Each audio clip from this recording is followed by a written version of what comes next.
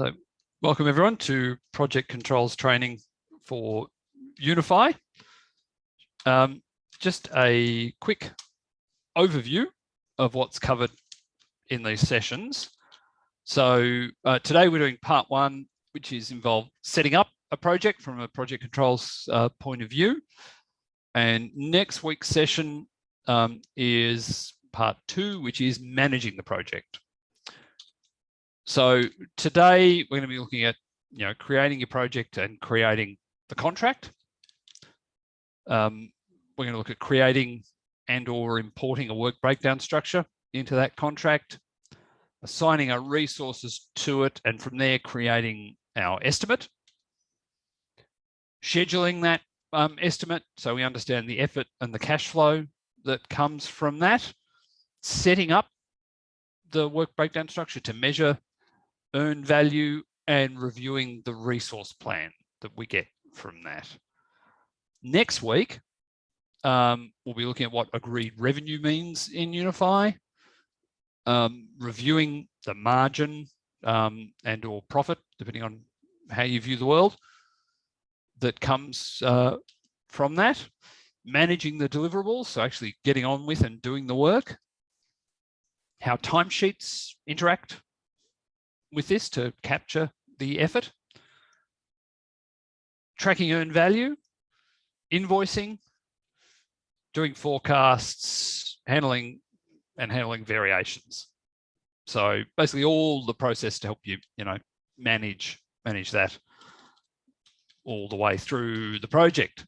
So before I get into this first part of today, I'll just going to bring up, this is something of the end state of where we're going to. So this is just an example project, which has a baseline set up, has a work breakdown structure set up.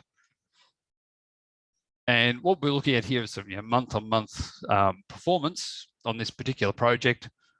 So we can see we've had actual costs come through. We've got planned costs. This is the planned cost to date, and the actual costs are well below that. And here's what we've earned thus far. And we've got our cost performance index and our schedule performance index. And I mean, this is just some example data. It's not, particularly informative beyond that, other than to show you how the system works. And what we can see here is that in July and August, we did a lot more effort than we had planned to do, but we've done bugger all since. So our actual costs are well below our planned costs. So essentially that would suggest the project is running behind, which is what the schedule performance index is telling us, because that's below 1, at 0.6. So project's running about 40% behind. But the cost performance index is above 1. So that's good, because what we have earned for our effort is worth more than our actual costs to date. So this particular project is performing okay from one perspective, but not okay from another. So it's running behind, but it's not running over cost. And what we're going to work through today is setting up everything to start measuring this. And then next week's session is measuring this. So to jump back to this, the first thing we're going to do is create a project. So I'm logged into this Unify deployment, which hopefully you all have access to as part of this training. I've gone to the summary module, and I'll just go up here. So I'm looking at all projects. So to just give you a bit of an overview for those of you who aren't super familiar with Unify, across the top here, we have the Unify modules. So these are the functional areas of Unify. They're all integrated, and we'll be seeing how that works as we play around with them. Just so you know, for these sessions, we're mostly going to be working in the summary module and the contracts module, and a little bit in the resources module. We'll touch on issues, we'll touch on documents, but it's really about working with, and we'll probably touch on revenue, but working with what we can do in the contracts module. That's where the bulk of the functionality is with what we're playing around with. On the left here, we've got the menu. So that shows up. I can access the modules here as well and access reporting. And then this blue band here is the filter band. So on the left here is my project filter. So I can scroll down here and find a project, or I can start typing to get to filter to find a project. So that's the one I was in just before. On the right, I've got my portfolio filters. So I click on this little round menu here, and this gives me my portfolio filters, which enables me to filter my portfolio based on my sectors, project types, and service lines and locations and so forth. So, you know, if I want to see just all the projects in Perth, I can select that, and now I'm just looking at the projects that are in Perth. And of course, in your unified deployment, these will be set to reflect your projects and your business and your requirements around filtering your project portfolio. So they may even have different names to this, but the functionality is the same. So I'll just clear that there. Below that, we have what we call the subnav. So this gives us different views within each module that we're in, and even within the module, as we do different things, we'll get different subnav views, and we'll see we'll be doing a lot of that in the contracts module. And then below that, to do anything in Unify, there'll be a series of buttons. And then if we're in a dashboard, you'll be seeing information that you can usually click in and, you know, drill in and do more info, or you'll have screens where you can enter data and update things. So the first thing we're going to do, however, is click on this new project button to create a project for this training course. Now, when we create a project, there's a few things we need to give it. Now, in your deployment of Unify, it's highly likely that your Unify will automatically give you a project ID for your project. This particular deployment has that deactivated because we don't need it, but typically you'd get your project ID at this point. So I'm going to name my project.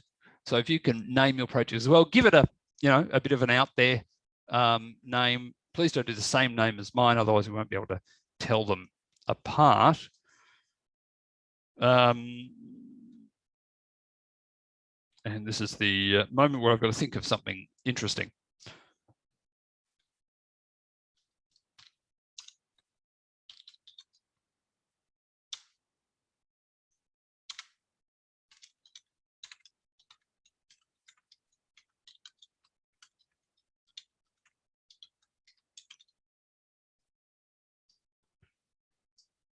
There we are.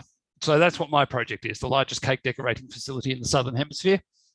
Not sure why, but that'll do. So that's the project. I've now got to select a sector, project type, service line, and so on for this. So here are all of my, project types. I'm going to say this is a hospitality project. Maybe it's commercial. Let's go with hospitality this time. Project type, I've got 3 options here. New build, refurbishment, and retail. Let's say this is a new build. Service line, I'm going to do this under my project management service line. Location, well, it's got to be somewhere in the Southern Hemisphere. Let's say this one's in Brisbane. And the current phase, so this is a life cycle that this is at. And this can change depending on the other factors you've selected across here. I'm going to say this has been in implementation. So nice and simple.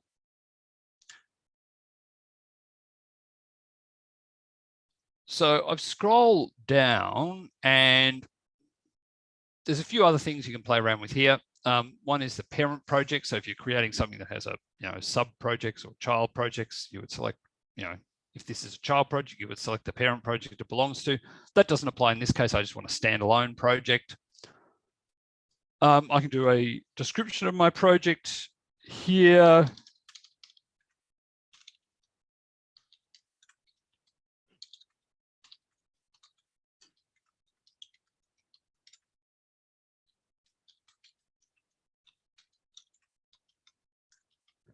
exciting things we're trying to achieve with this particular project.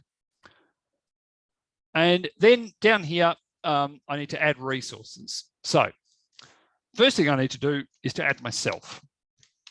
And you need to add yourself to your project. So I search for myself, and I'm going to put myself into the role of project manager. There we are. So I'm managing this project. The next thing I'm going to do is add, and I'm picking on you today, Chris. I'm going to, helps if I can spell your name correctly. Wrong, Chris. There we are. I'm going to put you in the role of my project director. So if you're creating your project, if you can put me in the role of project director for that. And then we're going to need our client. And if you've done training with me before, you'll know for these training deployments, my client is Clive McClive of Clive World Enterprises. So I'm going to chuck him in as the client. And the rest of my project team, we're going to worry about later. So we just want a couple of things assigned at this point. Now, the reason to assign yourself in as the project manager is so you have access to this project. So Unify has a governance structure built into it, which controls who can edit what within projects. And it's based on the role you have on projects. And if you're not in an appropriate role on a project, you can't edit that project. So if you create a project and don't put yourself in a role on that project, you won't be able to do anything in that project, which kind of defeats the purpose of doing this training. So once we're happy with all of that, there's a whole bunch of other fields going on here which are not relevant to today's training, so we don't need to worry about them. Once we're happy with all of that, we hit create project, and there it is. The project now exists. Here it is, and it's selected up here in the project filter. So I'm now in my project. So then I'm going to go across to the contracts module, and I'm going to add a contract. So this contract is going to be a revenue contract, because what we're managing today is our effort and our fee to design this project. So I'm going to call this design services, or let's call it engineering design services. So what we're doing is we're running some engineering design here. And so we'll be providing a whole bunch of services around that to design, this facility or a portion of this facility, whatever it might be. So again, our customer here, we'll have Clive to select, Clive World Enterprise as the customer. Now in the supplier here, I'm not going to put myself in as the supplier. I have, I'm obviously, assigned there with Unify Australia. But the company that we're managing this for is called Optimum. Actually, there's two Optimum countries in here. There's two Optimum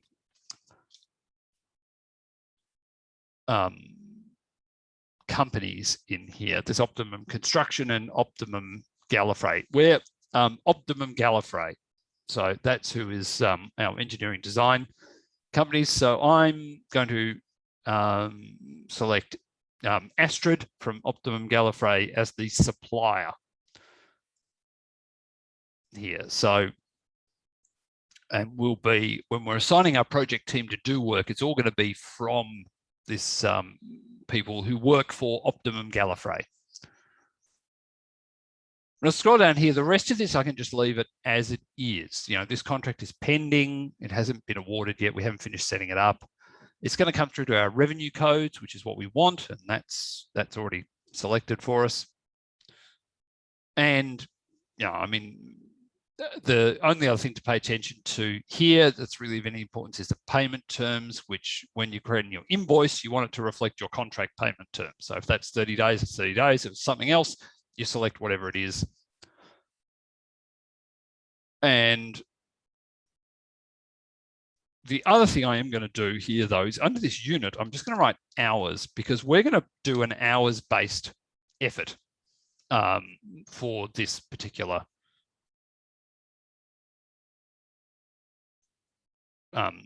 work breakdown structure. So we're going to be, all our units are going to be measured in hours. So by typing it in here, I'm not going to have to type it in against any other line items. So I hit save, and I have my project created, ready for me to start creating my work breakdown structure and my estimate. Okay, so now we're going to create the work breakdown structure that we're going to use in this project. So what we have here, we're in our contract. We created our contract, and that has taken us in our sub-nav view here into the value view in Unify.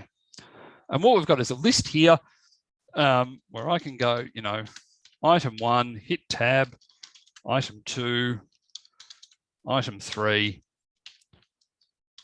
item 4, and hit save, and that creates that as a list of deliverables. Now, what we have in Unify 17 that's new is the ability to have levels of deliverables. So at the moment, these are all just at level 1. Now, I can reorder them. For instance, I can just drag item 2 down there and move it down to below item 3 and drag it and move it back up again. So I can, to move them around, it's just a drag and drop using this. I've also got a checkbox here to outdent, indent, and to create new groups under headings. So, for example, if I wanted to make all of them level 2 under a new level 1, I would select all of them here and do group under a new heading and call this, I'll call it, you know, phase 1. And what I've got here, phase 1 is now level 1, and my items 1 through 4 are then, you know, level 2 underneath that. So I can then here go phase 2 and do, you know, item 5, item 6, item 7, item 8 here, and hit save, and that's created those. But again, these are all at level 1 again. So these indented ones here are level 2, but this time I can select those 4 and then increase the indent, and that will push them in under the one that they're above. So phase 2 here. So I got my items in phase 2, items in phase 1. That's all good. Now, what I can also do is drill into these things, right? So if I'm looking at a big long list of stuff over here on the right, I just want to look at phase 1. I can drill down on phase 1, and there we are. I'm drilled in here to phase 1, and I'm not looking at anything that related to anything else. And I can pick up my little typo there. And, you know, I might look and say, well, actually, I need to add another level below this. So there's, I'm going to have thing 1 and thing 2. And save those. And then I'm going to indent them under item 4. So I've now got 3 levels here, but you'll see they disappeared. So if I go back up again, I'm now looking at everything. And as I drill in, we can see particular levels. So We drill in here, but if I want to see what's happening under item 4, I have to drill into item 4, and then I can see thing 1 and thing 2. So when we drill in, you get a more narrow view of what you're looking at, which allows you to focus on these particular deliverables and that particular level, and filter out everything else that you need to look at. So again, it's this. I go back up, and I take them back to everything. Here's my list of everything. And I can see the way the levels are working. Anything that has a level below it has that gray band across it. And then the indents give me some indication of what the levels are. Yeah, level 1, level 2, level 3, and so on. On the right, I've also got depth filters here. So I can say, just show me everything at level 1, or everything at level 2, and everything at level 3, and so on. And then, I can look at this and go, oh, actually, hang on, item 6 was supposed to be under phase 1. So, I can move that up there, and that'll shift it around. So we can, play around with that. And then, item 8, that shouldn't be there. That should be outdented and to become a level 1 item. So there's a lot of flexibility here to create a structure that has as many levels as you need. So I've created one that goes down to level 3 in some cases is just a level 1. And the idea with this is to be able to break down the project tasks and the work breakdown structure to match what you need for this project. We've also got the reference column here, which is if you have some sort of work breakdown structure coding, you can put that in. So that could be code 1, and then 1.6, let's call it, because it's item 1, 1.1, 1.2, 1.3, 1.4, 1.4.1. Again, I'm just making this up as I do it. 2, 2.5, 2.6, and 8. Again, this is just me making up a coding structure. This can be alphanumeric. It can be whatever you need it to be. So,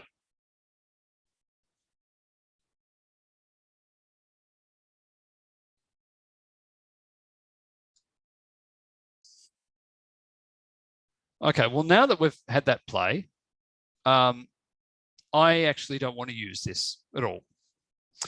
So I am going to go back up to this level here, and I'm going to delete this contract because I don't want to use this one. I'm going to use a set or a pre-existing work breakdown structure that I have in Excel. Now, this has been provided. So yes, I want to delete this contract. Bang, gone, done. So I'm starting again from scratch. New revenue contract.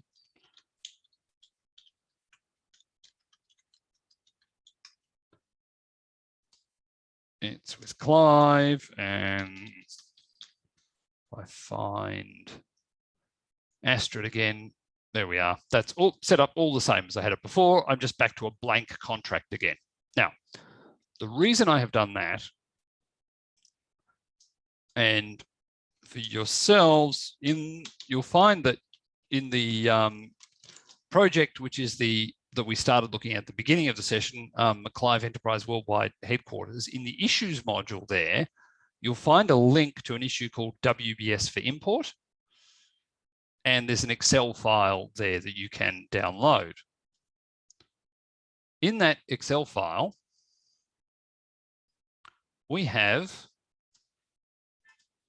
a WBS structure that I'm going to copy and paste in to here. Now I'm just going to throw in a little bit more coding there just for the sake of it.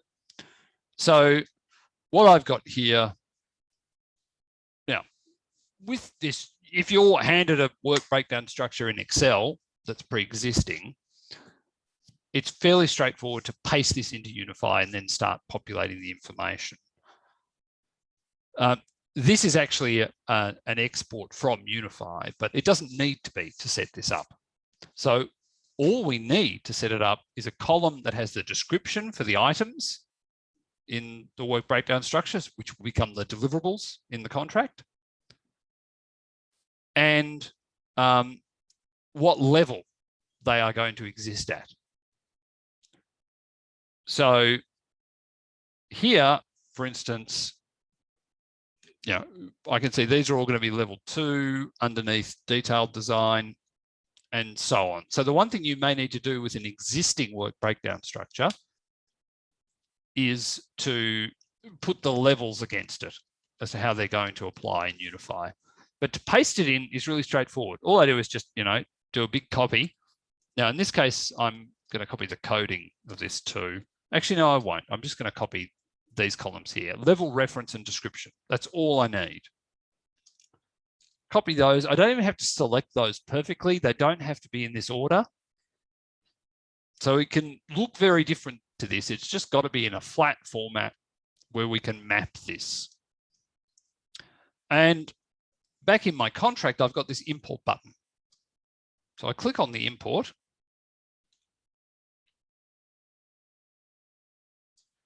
And then do Control-V to paste. And what we get here are some options to map this data. So it says I've got 41 rows detected. And here are all the options for what you can map to.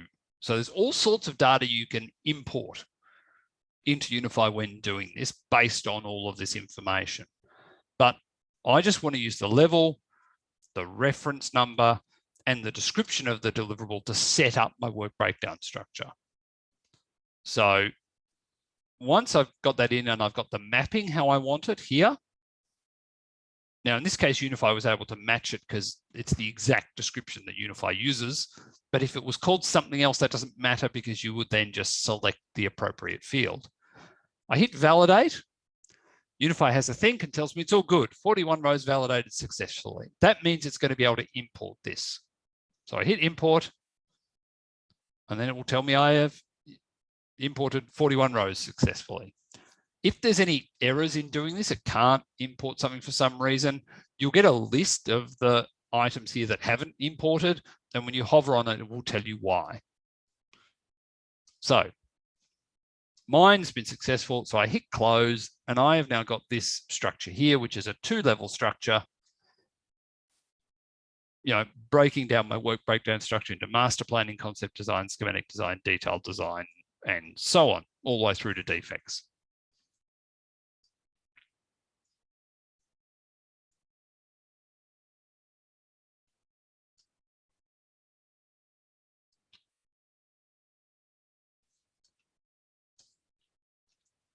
So now what we're going to do is we're going to assign our resources to our work breakdown structure and then use those resources to create the estimate. So you will notice at the lowest level, which in this case is level 2 for these, we have a little assign resources or classifications button here. So I'm going to click on that, which takes us into a brand new view. So what we're looking at here is a view just of this deliverable of our master plan report. And what we've got here is a list of classifications of rates that have been set up in the system by the system administrator. So this is this company's rates that they use. And then I have some unclassified resources. So myself and Chris here, we don't have any rate associated with us. And I can, use this to build up an estimate here. I can say, oh, we're going to have, 8 hours of a cost manager working on this, 10 hours of an E3 level engineer, whatever that is, 20 hours of the graduate, and 4 hours of the lead engineer. And as you can see, as I'm putting those hours in, that's giving me an idea of what the costs are going to be. But this isn't putting them against a person. This is just putting them against a rate to build up a price. So that's one way of doing it there. If I hit save, that means we're looking at 42 hours and $5,900 to deliver the master plan report. Now, the other thing I can do is to do it to specific resources, which is what we want to do in this case. And I can use this search resource pool to find these resources. So, and again, if I search on Gallifrey here, I get my list of my resources that work for Optimum Gallifrey. So let me grab Astrid again. And let's say we're going to give Astrid 40 hours and I'll hit save. And Astrid's added to the list with her assigned hours. Just going to do a few more people. Let's go with Bill for 20 hours.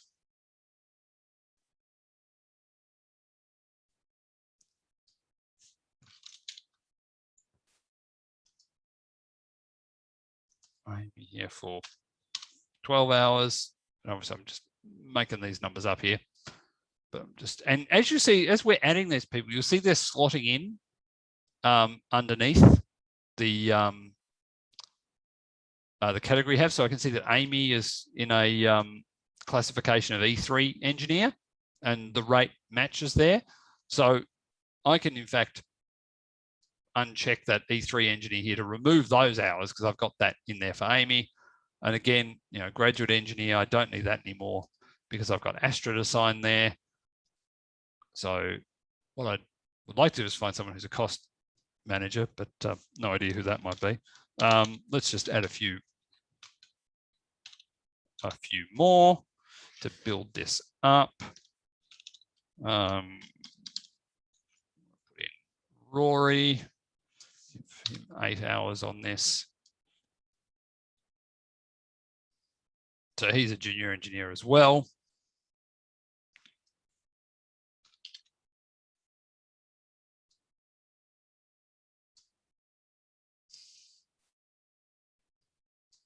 Now, actually, there's a point here. I want to find someone who is a lead engineer to assign. Everyone I'm searching for keeps coming up as a junior engineer. So to do that, I'm going to right-click on the resources module and do open link in new tab here.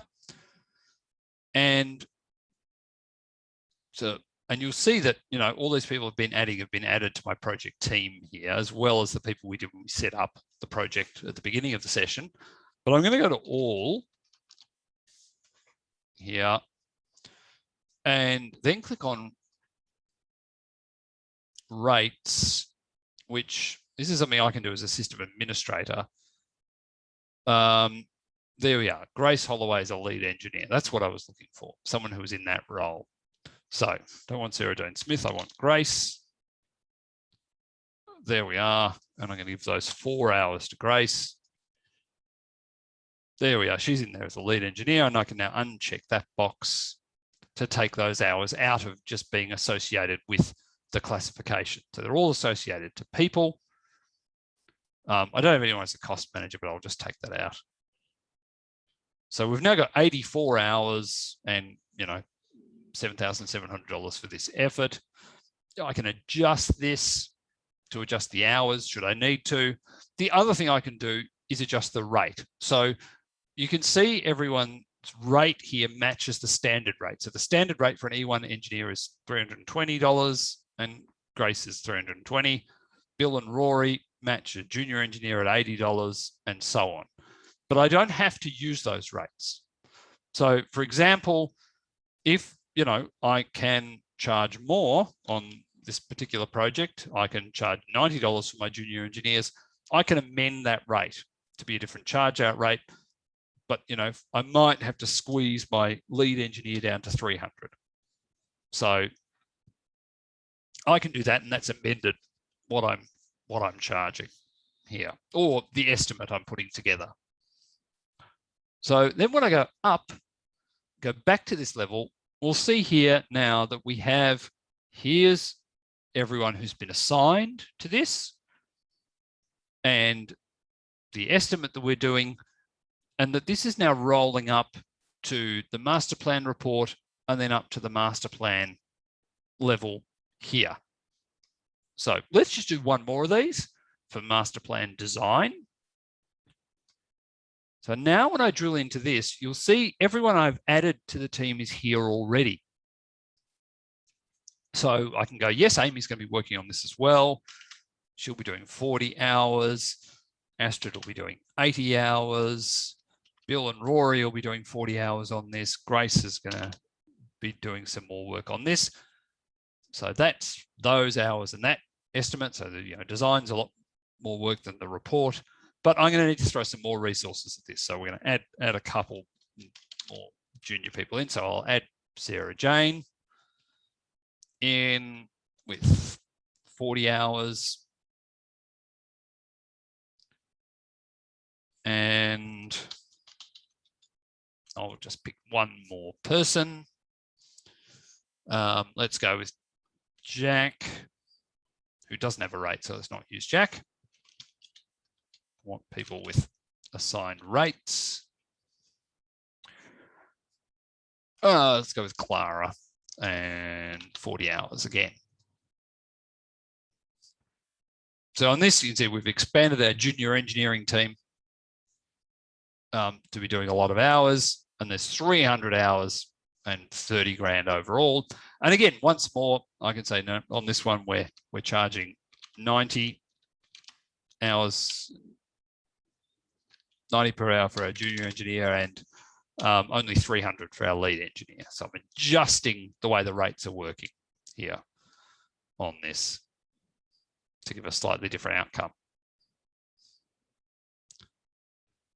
So I come back onto here, and now I'm building up this fee. And we could work through, the whole thing here, doing this if we wanted to. But that's the concept of assigning your people, or if you don't know who the people are, using a standard rate or a classification to build up an estimate of the effort that's involved. So this is a bottom-up estimate against your work breakdown structure.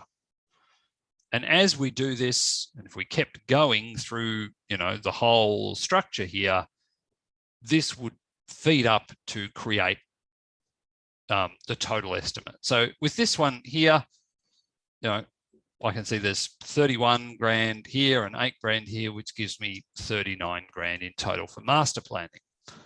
And I can, look at this and, tweak it if I need to. Say, no, actually, we need some more hours from Grace on there in the report, but we probably can shave a little bit off what she's doing there and, tweak and adjust this. We can tweak the rates here should we need to. It's like, yep, 60, that's way too cheap for that. And not only that, we can up the rates here for our mid-level engineer as well, build some more margin into this because we're going to be able to get away with that for this particular client. So I can, play around with this and tweak this to my heart's content, which if you've ever, worked up building a bottom-up estimate on something, a lot of that happens.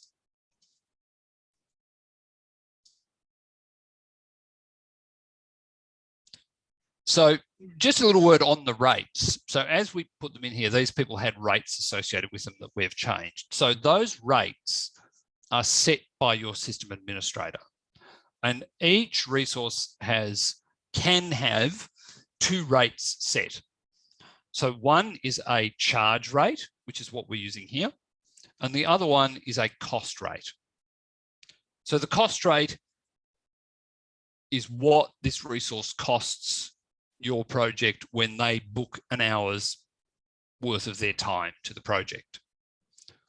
And then the sell rate is, or the charge rate is what you are charging the client or selling them at.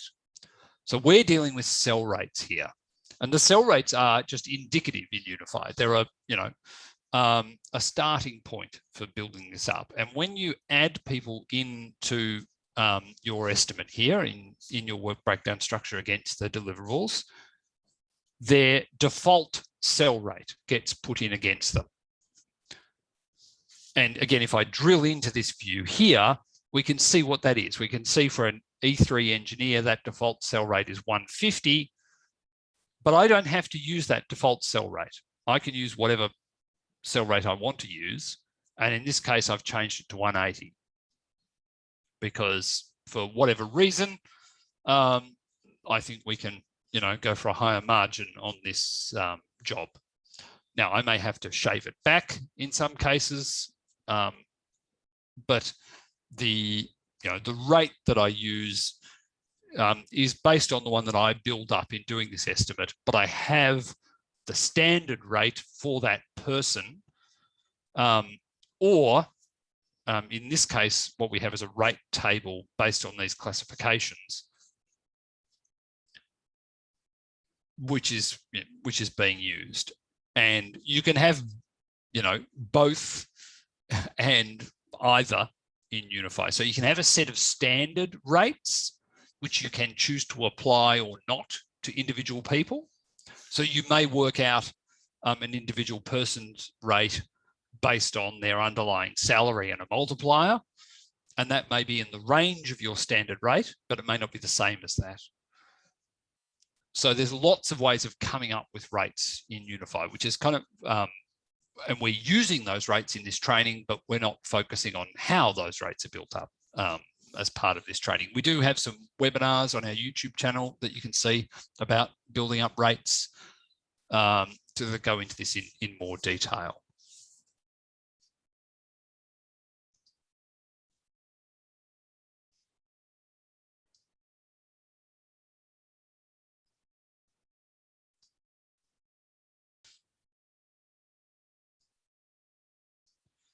Okay, so what we're going to do now is schedule what we've done with our estimate. So let's just assume we've worked through the whole list and built up the whole estimate for this. And we're going to go now into a different subnav view, which is schedule. And when you're in a revenue contract in Unify, you have two options here. You have cash flow and you have effort. So we're going to start with effort. And what we've got here, here's our work breakdown structure here on the left. And again, we can drill in and filter this, so we don't have to be looking at the whole list if we don't want to.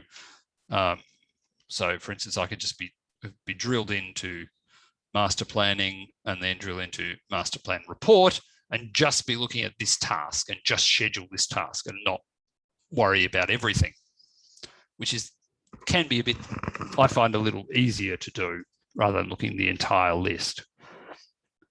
So there's a whole bunch of columns here. So we know, a description of it and the people who are working on it. These contract hours, one way to think about these is the baseline hours. Actual hours is going to come from timesheeting when people start working on the project. And there's an interaction that happens between actual hours and remaining hours. So the default for that is that as people timesheet, it deducts their timesheet hours from their contract hours and gives you the remaining hours. In the next session, we're going to look at how we can use that to do a forecast. But for today, we're just setting this up as a baseline. Here, we've got the life cycle where we can link this activity to life cycles that we have in Unify if we want to use those. Now, I'll touch on that briefly in a moment. Or we can do some auto phasing with start dates and end dates. We're going to start with this. So what I'm going to say here, and I'm going to do it at the top level here, which will apply it right down the list, is that this week, so starting Monday, we're working on this master plan report, and it's going to take 2 weeks. So it'll take me through to the 19th. And then I change this here to a weekly view and hit save. And that is phasing out the hours over those 2 weeks. So it's skewed it a little bit because we've already had a couple of days go past for this week. So it doesn't have as many days to put the effort into for this week. And there's some stuff in there for next week. Now, I can then go up again and drill into master plan design. And again, this is going to be done. Let's say this is going to take 3 weeks. So I'll do from the 8th to the 26th and then weekly and hit save. And that has phased it out over those 3 weeks. So this is what we're working on over these 3 weeks. Now I go up and up and up again. We can get a view of everything. So here we are. We're going to be doing 100 hours this week, 170 or so next week, and a bit less than that the following week. So we're turning this, these planned hours into a week-by-week resource plan that we can then look at to see how well that works for us. Now I can, adjust the dates with this and say, oh, what am I talking about? I can't deliver the master plan report without finishing the master plan design. So master plan report is going to happen in the last week, or let's say the last 2 weeks of the master plan design. So I'm going to shift that to the 15th and that to finish on the 26th. So the 2 things finish at the same time, and that'll update and push out those hours to be over those 2 weeks. So and what we're doing now is ramping up, starting with, 70 or so hours this week and ramping up to more hours than that over the next couple of weeks, because the logic of what I'm doing, now is a bit more robust and makes more sense. Now, in terms of using this life cycle, again, if I go to the time module here and right click and open that in a new tab, because I just want to keep what I'm doing in this tab here. So the time module in Unify is where we can manage our schedule and our milestones. In terms of managing our schedule, we've got an import button here. We can import a Primavera P6 or a Microsoft Project XML file if we want to, and we can link that file against our life cycle phases and even our milestones here by mapping that. And then that will give us dates here that we can then use here to plan this out. So if you've got something in a scheduling tool, you don't need to re-enter all the dates in here. If it aligns with what you're doing in Unify, then you can bring that through. Or I'm not going to do that today though.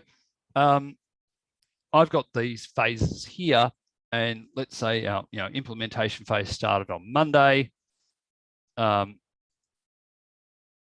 and goes through until, I don't know, some point in May.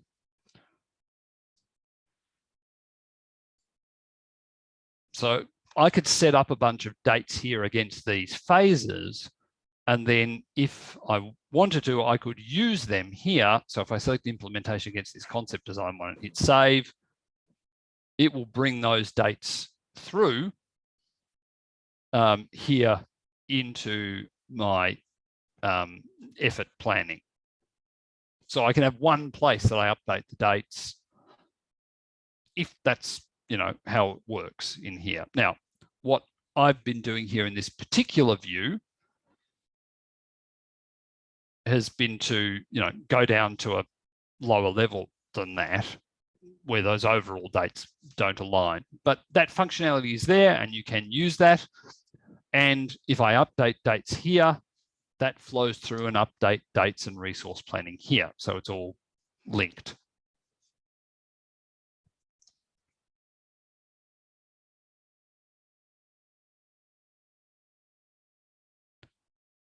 Okay, so I've got my initial effort scheduled. The other thing I want to do is schedule my cash flow. So when I do the work and when I charge for the work are very different things. We'll see when we're in effort, we have a week-by-week view of the world. So here we are, planned what's happening over the next 3 weeks on this project. When I'm in cash flow, I'm in a month-by-month view of the world because you only invoice monthly. And we can see here, this is saying show it from October, and October's grayed out because October is the past, and we can't forecast to be doing things in the past. And let's say for master planning, I'm looking at doing that through November, and the client will then sign off on it after that, and we will charge for it in our December round of invoicing. So what I'll just do there is do 1st of December to the 31st of December and put that as monthly and hit save. And that will say, this is when we will be able to bill for this. So there's my 41 grand forecast to be invoicing for that in December. As opposed to, the flip side of that is we're doing all this work for it in November, but it's right up to the end of November. That's not enough time for the client to, be happy with us giving them an invoice for it. We've got to wait a couple of weeks later, which puts the invoice into December. So when we can, get paid is not the same as when we're doing the work, but we need to understand what that difference is and make sure that that's, going to be okay. Understand that we're, carrying the whip on that for a couple of weeks before we can invoice it.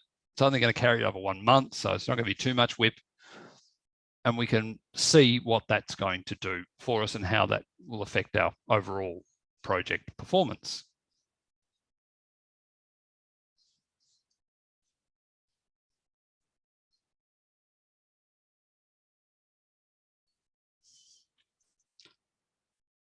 Okay, so now we are going to set up this project to measure earned value. So we have our effort and cash flow scheduled. We've got our estimate created. We've now got to get it ready to measure our performance. So to do that, I'm just going to go back here to this effort view. Once this effort is all done here, there's a button here that says baseline. And we click on that, we hover on that, it gives us a little message which says copy effort / actual forecast to budget.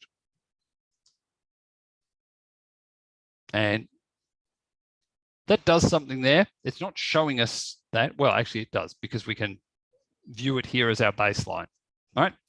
So we've been looking at our forecast, we're creating our forecast, we change that here. Here is our baseline, right? So here's what we'll measure this against as we move forward. And we can just change that view over here with this view. So I'm looking at my baseline effort against these tasks. And there's even an all view that shows you both combined, but I find in this particular view, it's easiest to just look one or the other. So I tend to stick in this actual forecast view and then only look at the baseline view if I want to switch over to that. So now I'm going to move across to this earned value. And what we've got here at the moment is that all of this is nil. And in the session next week, we will see that change because we will look at how we are performing. But when I scroll down here, what I need to do is set up what I'm going to be using here to do that.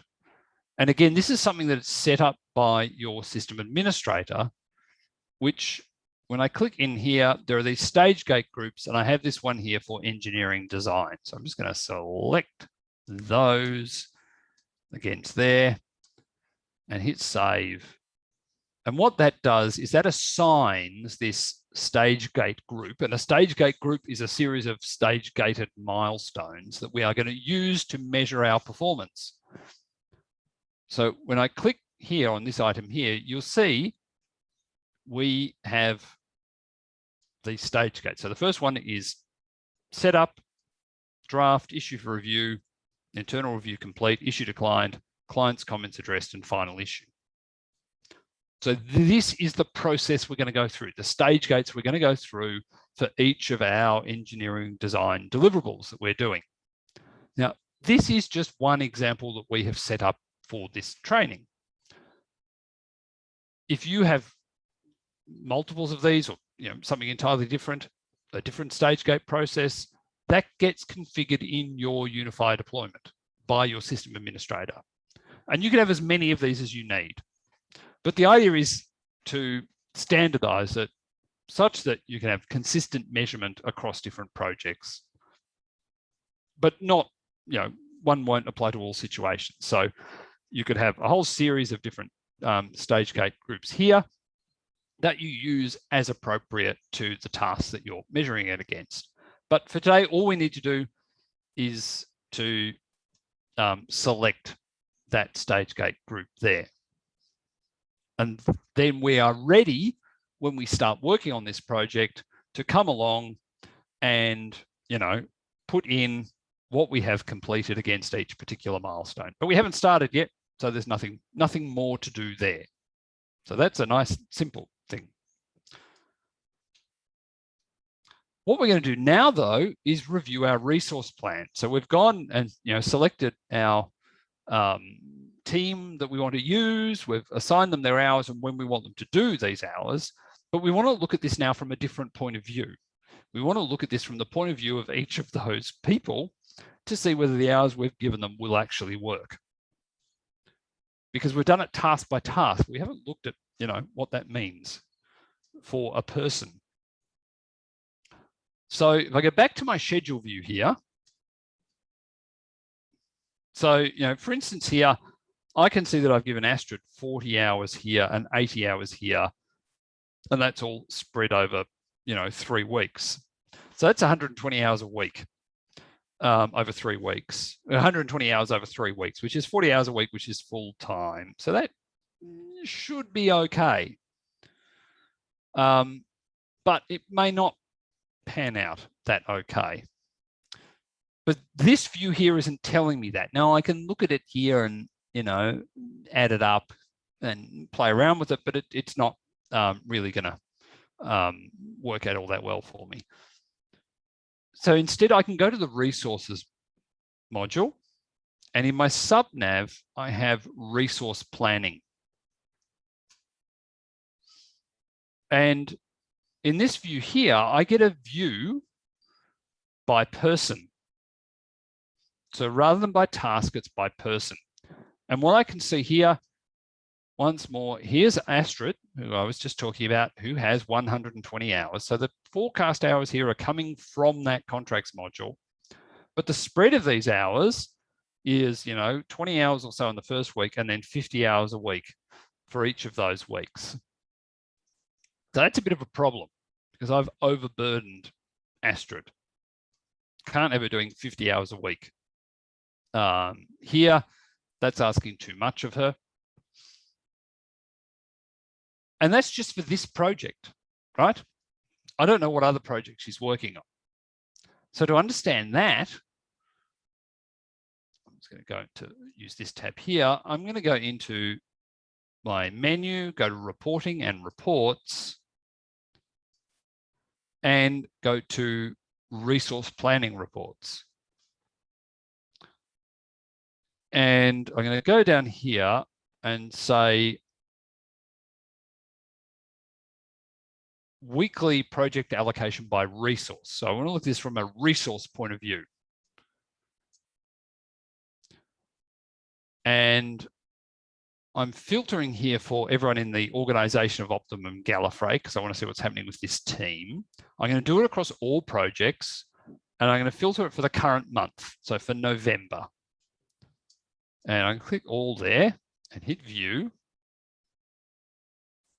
And what this will give me is give each person what projects they're assigned to and what effort is expected of them in their forecast. There was Amy. If I keep going, I will get to Astrid. Here we are. So I've got, Astrid has 2 projects. She's got a cafe on Mars and the largest cake decorating facility. And I can see that, you know, for basically most of November, she's overcommitted here. Now, there's an additional filter that will help me see this, right? So there's a filter here where I can filter for who is over allocated and who is under allocated. So if I click on over allocated and hit view,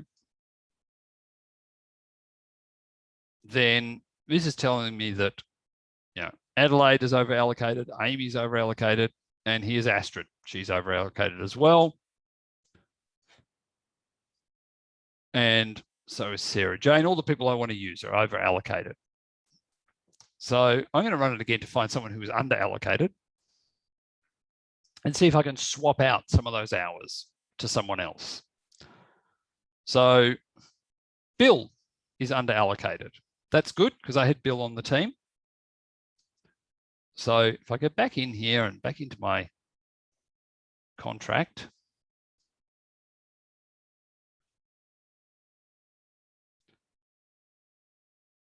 so it looks like I'm going to have to reduce some of Astrid's hours and increase some of Bill's hours. So I'm going to drop Astrid's hours there from 20 to 40. And I'm going to drop Astrid's hours there from 80 to 40 and increase Bill's hours. Now, Bill's a slightly more expensive resource. So that's obviously why we're trying to get Astrid to do all this work. We were dumping in that on there. But I know that's not going to work because we're going to be overcommitting Astrid. If we know this project is going ahead, and it's a, you know, project that we've won, we've got to adjust things accordingly. So I've now adjusted those allocations, which has changed my price slightly, but, you know, not so much that I'm concerned. I go back into my schedule here. My total contract hours haven't changed, so still 384. And I can, you know, look at this to see whether there's been any impact here. That's fine. I'm happy with that. Go into my resources here, into resource planning. And I can see there that I'm not overburdening Astrid. Bill, however, I'm now starting to overburden. Oops. Maybe I need to spread that out between some of the other people. So didn't think about that one. Let's go back into here. Who's on the same rate as Bill? Rory is, so let's drop Bill's hours to 60 and make Rory's hours 60 there. And then see if that creates a better spread of the hours. So what I'm doing is here is a bit of resource leveling. That looks a bit better. Bill's at 43, but that's better than being at 40. And I actually know that Bill will do some more hours in this current week. So that's going to, you know, improve. And then if I go into my report here and click that over allocated view here, and to see who on my team's over allocated, I'm not using Adelaide. Amy I'm using, but so that's going to be a problem. Clara I'm using, that's going to be a problem. And Sarah Jane. So I'm probably going to have to swap out some people because I can see here that Sarah Jane, I was wanting to use her a little bit, but she's actually fully committed on 2 projects here. So she's totally overcommitted. So I might have to swap out some of those hours and reassign them to someone else. So there may be some iterations until, you know, I find out who's available and who I can actually use. So what we've looked at there is, you know, resource leveling within the project, which I just did then by shifting some hours from Astrid to Bill, and then that overburdened Bill, so from Bill to Rory to help balance that out. And then resource leveling at an organizational level against all the projects you've got on. What are people doing? How committed are they? Finding who's over allocated, finding who's under allocated. Hopefully your under allocated people aren't under allocated because they're, you know, not as good. And Bill actually shows up in both reports because she's got weeks of being under-allocated and weeks of being over-allocated. So we can play around with that and get that resource leveled so we can understand better how this is going to play out for us.